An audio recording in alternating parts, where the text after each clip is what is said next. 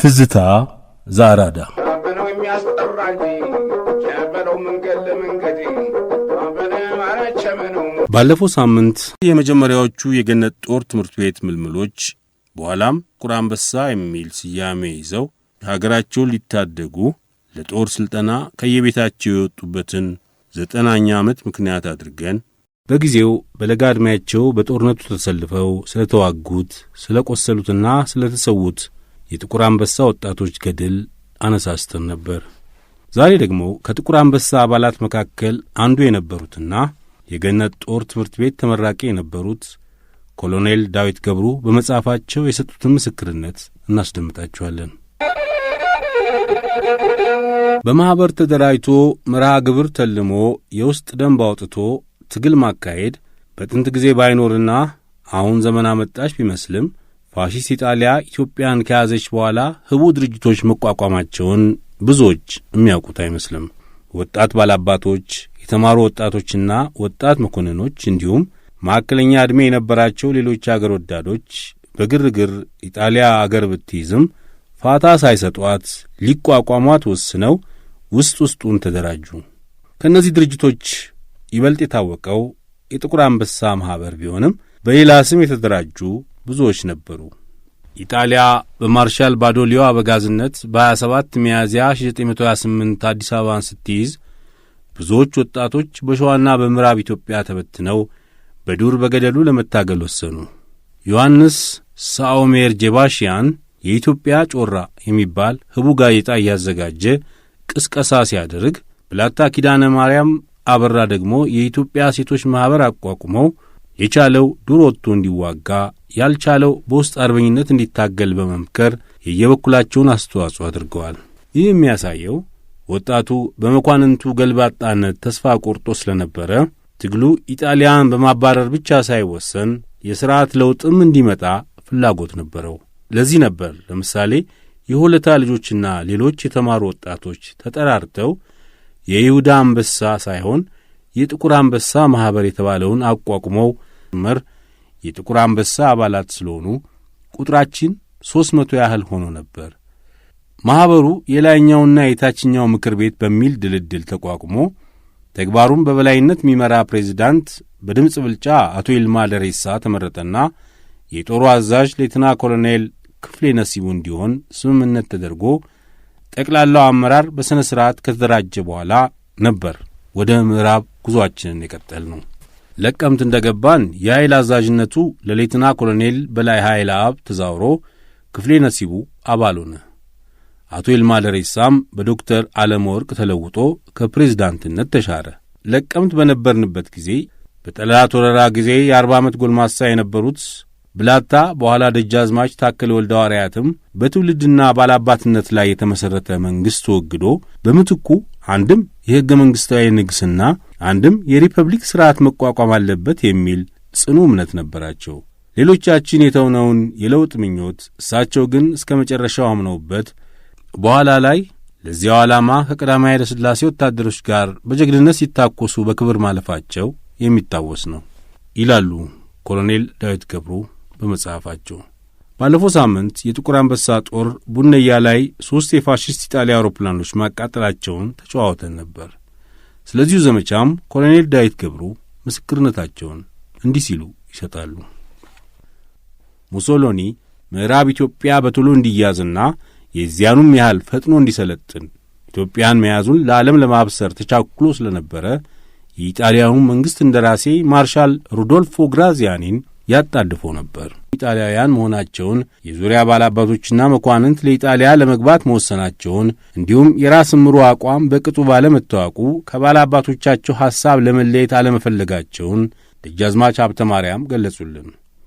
ያን ጊዜ የ29 ዓመት ወጣት የነበሩት ደጃዝማች ሀብተ ማርያም ታጋይነታችንን ስላወቁልን የጥቁር አንበሳ አባላት ለነበርነው ሁሉ መተዳደሪያ የሆነን ዘንድ ለሰራዊቱ በየወሩ 15 ጥሬ ብር ለእያንዳንዳችን ደሞዝ ቆርጠውልናል።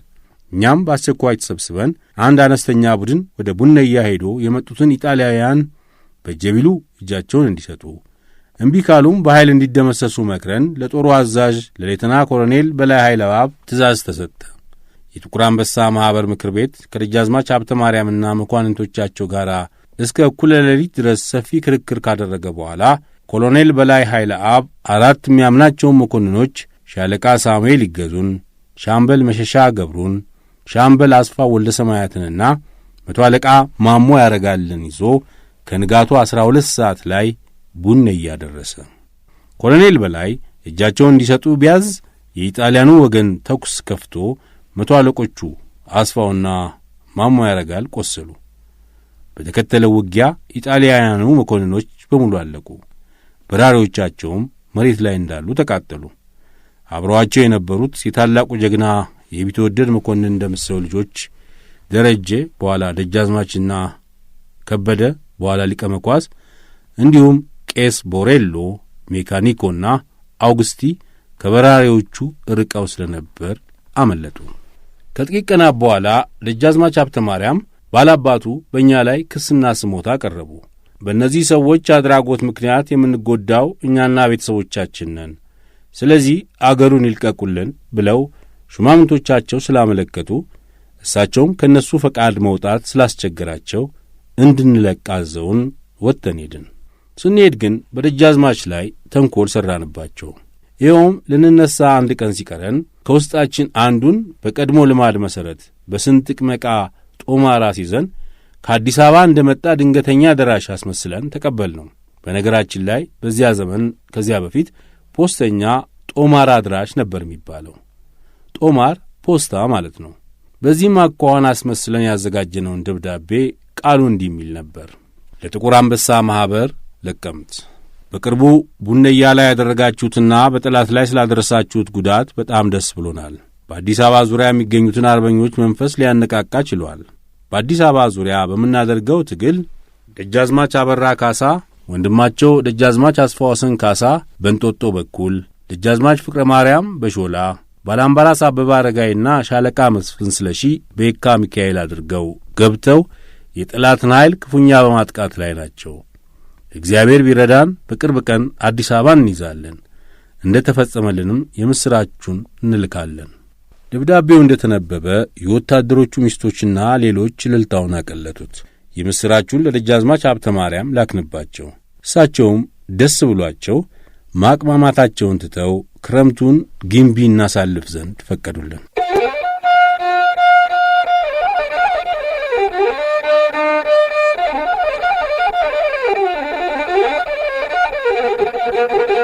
እኔና መቶ አለቃ አስፋ ወልደ ሰማያት ወደ ራስ እምሩ ለሁለተኛ ጊዜ ሄድንና ከማኅበሩ የተላከውን ደብዳቤ ሰጠናቸው።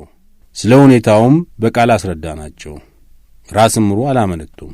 ተከታዮቻቸውን ይዘው ከጥቁር አንበሳ ማኅበርተኞች የሆለታ ጦር ሹማምንት መቱ ላይ ተገናኙ። የማኅበሩ ፕሬዝዳንት ዶክተር ዓለመ ወርቅ እንኳን ደህና መጡ ብሎ የመክፈቻ ንግግር ካደረገ በኋላ ራስ እምሩ በበኩላቸው ባሰሙት ንግግር ማኅበሩ በመጀመሪያ ጊዜ እንደ ጠየቃቸው ባለመምጣታቸውና ጊዜ በመቃጠሉ የተሰማቸውን ሐዘን ገልጸው ለመምጣት ያመነቱበትን ምክንያት አስረዱን። ከትግራይ ከሽሬ አንስቶ እስከ ጎጃም፣ ከጎጃም ደግሞ ጎሬ እስከ ደረሱበት ጊዜ ድረስ ባቆራረጡት መንገድ ሁሉ አስተናግዶ ከመሸኘት ይልቅ መሣሪያችንን ለመንጠቅ አደጋ ያልጣለብን አይገኝም። በዚህ ምክንያት ከባላገሩ እርዳታ አናገኝም በማለት ተስፋ በመቁረጥ እንደ ጠየቃችሁኝ በማመንታት በጊዜው ባለመምጣቴ ይቅርታ ታደርጉልኛላችሁ። አሁን ግን ባለፈው ሰኔ ቡነያ ላይ ያደረጋችሁትን ጀብዱ ለሥራችሁ ምስክር ቢሆንም የመጀመሪያው እንጂ የመጨረሻው አይደለም። አሁንም አቅማችን በሚፈቅደው መጠን ተባብረን እስከ መጨረሻው ለመታገል የእግዚአብሔር ፈቃድ ይጨመርበት፣ ኢትዮጵያ ለዘላለም ትኑር ሲሉ ተናገሩ። መንገዳችንን ከመቀጠላችን በፊት ደጃዝማች ታዬ በጅማ፣ ቢትወደድ ወልደ ጻድቅ በጅባት በኩል፣ ራስ እምሩ ከጥቁር አንበሳ ጦር ጋር በአምቦ በኩል መጥተው አዲስ አበባ የነበረውን የኢጣሊያ ሰራዊት ለመምታት ዕቅድ ነበር። ዕቅዱንም ሥራ ላይ ለማዋል መንገድ መጀመራችንን ለደጃዝማች ታዬ ጉልላትም ለቢትወደድ ወልደ ጻድቅም ቢነገራቸውም ከሁለቱም የመንቀሳቀስ ምልክት አላየንም።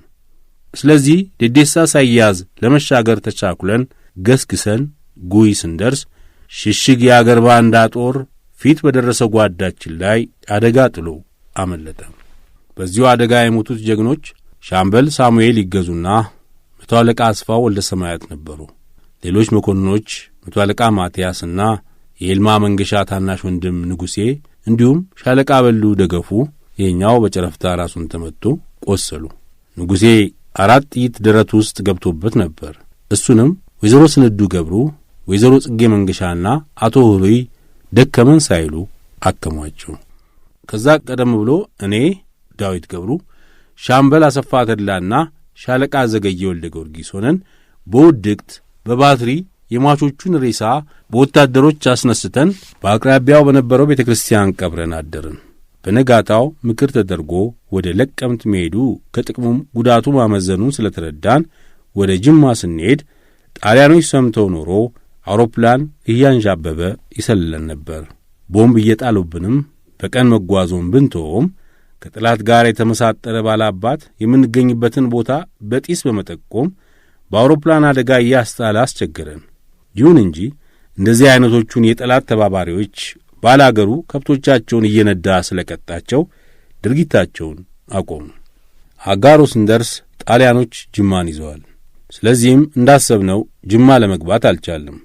አጋሮን እንደያዝን አንድ ቀን አውሮፕላን ኤፕሪት የሚባል መርዝ ጋዝ ጣለችብን።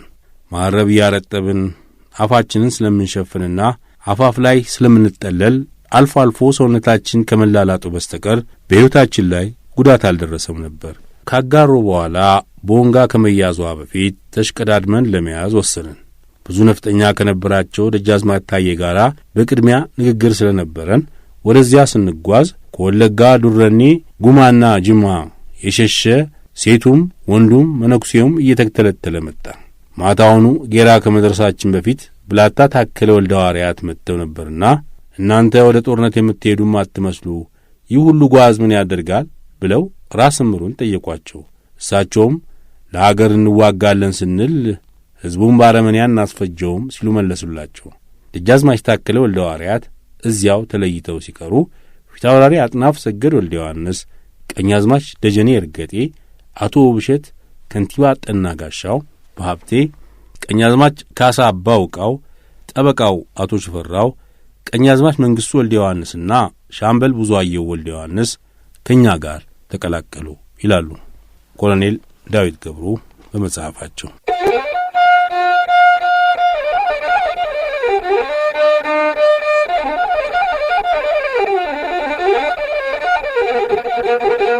ጌራ ደኑ ጥቅጥቅ ያለ ስለሆነ ለጦር ሰፈር ለጉዞም አልተቸገርንም።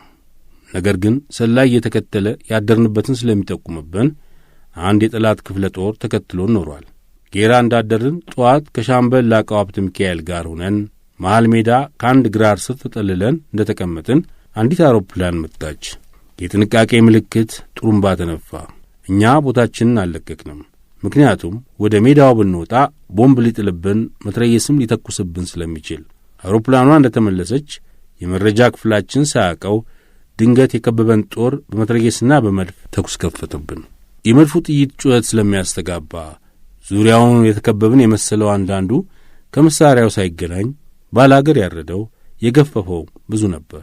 እንደ አጋጣሚ ስንወጣ ሻምበል ላቀው ሀብተ ሚካኤል መትረየስ፣ እኔ መውዜር ይዘን ስለነበር መከላከያ ቦታ መርጠን የነበርንበትን ግራር ተከልለን አደጋ በሚጥልብን ጦር ላይ እያነጣጠርን መተኮስ ስለቻልን እንኳንስ ወደፊት ሊገፋ ከነበረበትን ቦታ ማስለቀቅ ቻልን። ከዚያ በኋላ ወታደር ተላከልን። አንድ ሳጥን ጥይትና አንድ የመትረየስ አፈሙዝ መለወጫ አስመጥተን በእኛ በኩል የነበረውን ጦር ልንገታ ቻልን። በቀኛችን የነበሩት ጀግናው ባላምባራስ ልመንህም በበኩላቸው በተፋፋመ ሁኔታ ጠላትን ያንገበግቡት ነበር። ነገር ግን እሳቸው ባሉበት ብዙ ሰው እንቅስቃሴ ስለሚያሳይ ጠላት በተኩስ ሳሩን አቀጣጥሎ ቦታቸውን ለቀው ለመለወጥ ሲያፈገፍጉ ከጠላት በተተኮሰ ጥይት የጀግና አሟሟት ሞቱ። ጓደኛዬ ሻምበል ላቀው ሰው ያለውንና የሌለውን አይተህና ጥይትም አልቆብናልና አንድ ሳጥን ጥይት አስመጣልን ብሎኝ ተልእኮውን ጀመርኩ። ነገር ግን ከጠላት የሚተኮሰው ሩምታ ሳር ቅጠሉን ስለሚያንቀጠቅጠው ቆሞ መሄድ ያስቸግራል። ተባራሪ ጥይት እንዳይቀልበኝ የተጠነቀቅኩ ራስ ምሩ ወደ ነበሩበት ደረሱ። አብረዋቸው ምሁራኑና ሌሎች ሰላማውያን አሉ። ራስ ምሩም የጦር ልብሳቸውን ለብሰው ተራዛሚ መነጽርም አንግተዋል። የደንብ ሰላምታ ሰጠሁና ጥይት አልቆብን የመጣሁት ያለውንና የሌለውንም ለማወቅ ነው አልኳቸው። እሳቸውም በየት በኩል ነው ያላችሁት አሉኝ። እኔም በግንባር ያለነው እኔና ሻምበል ላቀው ሀብተ ሚካኤል ነን። በእግራችን ያለው ጠንክሮ ይዋጋል፣ ማን እንደሆነ አላወቅነውም ብዬ መለስኩላቸው። ደህና ይዛችኋል፣ በርቱ አሉኝ። ከዚያም እነ ኮሎኔል በላይ ኃይለ አብ ያሉበትን ቦታ ለማወቅ ቻሉ። ከእኛ በስተግራ ሆኖ ጦሩን ይመራል።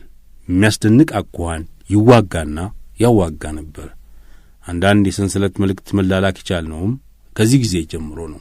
በዚህ አኳኋን ጠላትን ስናጠቃ ውለን ጓዙና ራስ ምሩ ለመንቀሳቀስ ይስችሉ ዘንድ እኛ ባለንበት በኩል ጥይት እየተኮስን እንድናመሽ ተወሰነ። የጥይቱን ብልጭታ እያየን ስንተኩስ አምሽተን መሬቱ እረጭ ሲል እኛም ከሄደው ጦር ጋር ለመቀላቀል ከ5 ወታደር ጋር ከምሽቱ 3 ሰዓት ላይ ተንቀሳቀስን። ሌሊቱን ስለዘነበብን ጫካ ውስጥ አድረን በማግስቱ ከጦሩ ጋር ተገናኘን።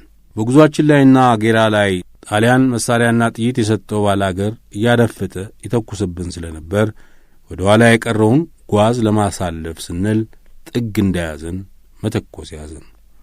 በዚህ ላይ የምግብ እጥረት ጎዳን። በዛ የጌራ ጦርነት የተሰዉት ጓዶቻችን መሃል ሻምበል ጣሰው አይችሉም፣ መቶ አለቃ ዘገየ ወልደ ጊዮርጊስ፣ ሻምበል ዘውድነህ ያለው፣ መቶ አለቃ ቂጢሳ፣ ሻለቃ ዘውድነህ ኃይሌ፣ ሻለቃ በኩረ፣ ሻምበል ተፈሪ፣ ሻምበል ስዩም ሀብተ ማርያም፣ መቶ አለቃ ስዩም ቀጭኔ፣ ባላምበራስ ልመንና ስማቸውን የማላቃቸው ብዙ ሌሎች ወታደሮች። ጀግናው ሻምበል ለማ አባይሬ ኩፍኛ ቆስሎ ለመትረፍ ተስፋ ስላልነበረው ለሰራዊቱ ሸክም እንዳይሆን ሕይወቱን ራሱን እንዲያሳልፍ በጠየቀው መሠረት ሽጉጥ ተሰጥቶት ራሱን ገሎ በታላቅ ወታደራዊ ክብር ተቀበረ። ሌላው ቁስለኛ ከኢጣሊያ ከርተው የተደባለቁት ባሻ ገብረ እግዚአብሔር ገብረ ማርያም እግራቸውን ተመትተው ስለነበር ወታደር በቃሬዛ ፊት ይዟቸው መንገድ ቀጠለ። በዚህ አይነት 2 ቀን ተጉዘን ጎጀብ ስንደርስ የግንባር ጦራችን በፊታውራሪ ከበደ ያዘው እየተመራ ወንዙን ተሻግሯል።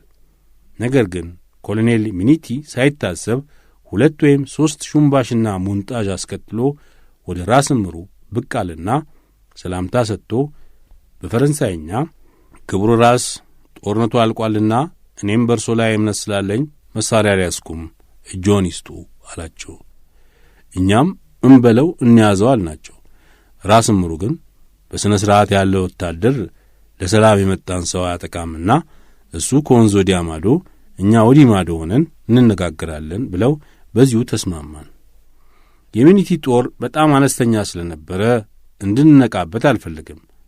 በአነጋገር ቅላጼ ግን ጫካ ሁሉ ወታደር ያለበት አስመስሎ ተግደረደረ። ይህም በቅርባችን አይሆን እንጂ ጥቂት አለፍ ብሎ ስፍር ቁጥር የሌለው ጦር አሰልፎ ነበር። ከኢጣሊያው ኮሎኔል ጋር ቀኛዝማች መጂድ አቦድም መጥተው ስለነበር ራስ ምሩ አስጠርተው ስለ ጦሩ ሁኔታ ጠየቋቸው። ነጋድራስ ተሰማ ሸቴም አብረዋቸው ነበሩ። ቀኛዝማች መጂድ የባሪያ ፈንጋዎች መተላለፊያ መንገድ ሳይቀር በሙሉ በኢጣሊያ ወታደር እጅ መሆኑን ለራስ ምሩ ሲገልጹላቸው ነጋድራስ ተሰማም ይህንኑ አረጋገጡ። ታሪኩን በኋላ እንደደረስንበት ኮሎኔል ሚኒቲ ወደ አዲስ አበባ ባስተላለፈው የሬዲዮ መልእክት የራስ ምሩና የሆለታ መኮንኖች ጦር ከዚህ ካመለጠ ለሕይወቴም ለአካባቢውም ጸጥታ አስጊ ሁኔታ ስለሚፈጥር በቅርብ ካለው ሰራዊት ሌት ከቀን ገስግሶ ካለሁበት ጎጀብ ወንዝ ይድረስልኝ ብሎ ነበር። ከእኛ በኩል ግን ራስ ምሩም የጦር አለቆችና ከፍተኛ ሹማምንትም ተሰብስበው ስለ ሁኔታው ንግግር ተጀመረ። ተሰብሳቢዎቹ እጃችንን እንስጥና ተዋግተን ሲያቅተን ወደ ጠረፍ እንሰደድ በሚል ሆድና ጀርባ አስተያየቶች ተከፋፈሉ። ክርክሩ እልባት ስላጣ ራስ ምሩ አስታራቂ ሐሳብ አቀረቡ። ቡነያ አውሮፕላን አቃጥለው የኢጣሊያን መኮንኖች ለገደሉት መኮንኖችና ከጠላት ከርተው ለመጡት ኤርትራውያን ሙሉ ምሕረት ከተሰጠ እንግባ፣ ምሕረት በሙሉ ካላገኘን ግን እንዋጋ በሚል ነበር። በዚህም ተሰብሳቢዎቹ ስለተስማሙበት ሐሳቡ ጸደቀ። ኮሎኔል ሚኒቲ ተጠርቶ ይኸው ተነገረው። እሱም ለማርሻል ግራዚያኒ ቴሌግራም ለማድረግ ወደ ሰፈሩ ሄደ። ግራዚያኒ ሙሉ ምሕረት ማድረጉንና ለሙሶሎኒም የተላከው ሌላ ቴሌግራም በማግስቱ መልስ እንደሚመጣ ማምሻውን ነገረን። አብረውን የነበሩት ኤርትራውያን ግን ጣሊያኖቹ ምሕረት አድርገናል ቢሉም ምክንያት ፈልገው ሊፈጇቸው እንደሚችሉ ስላወቁ በቃሬዛ ወታደር ያመጣቸው ባሻ ገብረ እግዚአብሔር ጭምር እጃቸውን ሳይሰጡ ጠፉ። ባሻ ገብረ እግዚአብሔር የተመታ እግራቸውን ጠጋግነው ወደ ጠረፍ ሲገሰግሱ ፊታውራሪ ገዛኸኝ የሚባሉ ጨዋ ሰው አግኝተው አርበኛ እንደነበሩ ነግረው ስለ ጀብዷቸውም የተሸለሙትን የኢትዮጵያ መንግሥት ኒሻን ከሱሪያቸው ኮፈን አውጥተው አሳይተዋቸው ፊታውራሪም ጠላት ከአገራችን እስከ ለቀቀበት ጊዜ ድረስ ቤታቸው ደብቀው አስታመው አድነዋቸዋል። ይህንንም ከጦርነቱ በኋላ ባሻ ገብረ እግዚአብሔርን አግኝቼ ለመጫወት በቃ ይላሉ ኮሎኔል ዳዊት ገብሩ።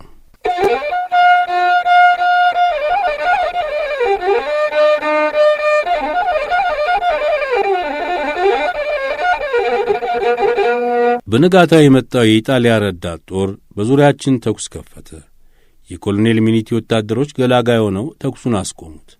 ቀጥሎም ሙሶሎኒ ሙሉ ምህረት ማድረጉን ሚኒቲ ከነገረን በኋላ የመሳሪያ ርክክብ በሥነ ሥርዓት ቀጠለ። ይሁን እንጂ ብዙዎች መኮንኖች ጥይትና መሳሪያ ጎጀብ ወንዝ ውስጥ መጣላቸውን አስታውሳለሁ። አንዳንዶቹም ጠላት ከሚወስደው ብለው ለየባላባቱ አደሉት። ከጦር መሳሪያ ተረካቢዎቹ በኩል ፊታውራሪ ዮሐንስ ጆቴ ነበሩ። ቦንጋ እንደ ደረስን ኮሎኔል ማልታ የሚባለው የምዕራብ ጦር ዋና አዛዥ ራስ ምሩን ተቀብሎ ሰፈር ሰጠን። ለዛቸውም የሚገባቸውን አክብሮት ሁሉ ተሰጣቸው። እስከ አውሮፓውያኑ አዲስ ዓመት ቦንጋ ቆየንና ታኅሳስ 23 1929 ድግስ በየአይነቱ ምግብና መጠጥ ከአዲስ አበባ በአውሮፕላን እየመጣ በጃንጥላ ተጣለ። ሰንጋም ታረደ፣ ዳስም ተጣለ። ማታውኑ ግብር እንድንገባ ተጠራን። በነጋታው ሜዳ ተመንጥሮ አውሮፕላን እንዲያሳርፉ ተዘጋጀ። በሁለተኛው ቀን አውሮፕላን መጥታ አረፈች። ስለዚህ ራስ ምሩ አብረዋቸው የሚበሩትን 6 ሰዎች እንዲመርጡ ተደርጎ ዶክተር ዓለመወርቅ በየነ፣ አቶ ይልማ ደሬሳ፣ ወይዘሮ ስንዱ ገብሩ፣ ቢንያም ወርቅነህ፣ ዮሴፍ ወርቅነህና አቶ አዲስ አለማየሁ ተሳፈሩ። ኮሎኔል ማልታ ሲያሳፍራቸው ማርሻል ግራዚያኒ ወደ ኢጣሊያ ሲልኮት ሽጉጦን የሚረከበው ዱቼ ስለሆነ እንደ ታጠቁ ሊሄዱ ይችላሉ ብሎ ሸኛቸው። የቀረው ጓዝ በቅፍለት ወታደር ታጅበን ጅማ ገባን። ጥምቀትን ውለን ወደ አዲስ አበባ ስንላክ በየመንገዱ የነበረው ካሚቻኔራ ጥቁር ለባሽ ፋሽስት እኩሉ ጥርጊያ ይሠራል፣ እኩሉ ምሽግ ይሠራል። ስለዚህ ስናልፍ እንደ ጉድ ሲመለከተን፣ በሌላ በኩል ደግሞ በወጣትነታችንና በጀግንነታችን ያከብሩን ስለነበረ ሲጋራውንም ነቢቱንም ወይን ጠጅ ስኳሩንም የፉርኖ ዱቄቱንም ያድሉን ነበር። እንዲያውም አብረውን ፎቶግራፍ ይነሱ ነበር። እንዲሁ እያልን በወሊሶ አድርገን አዲስ አበባ ገባን።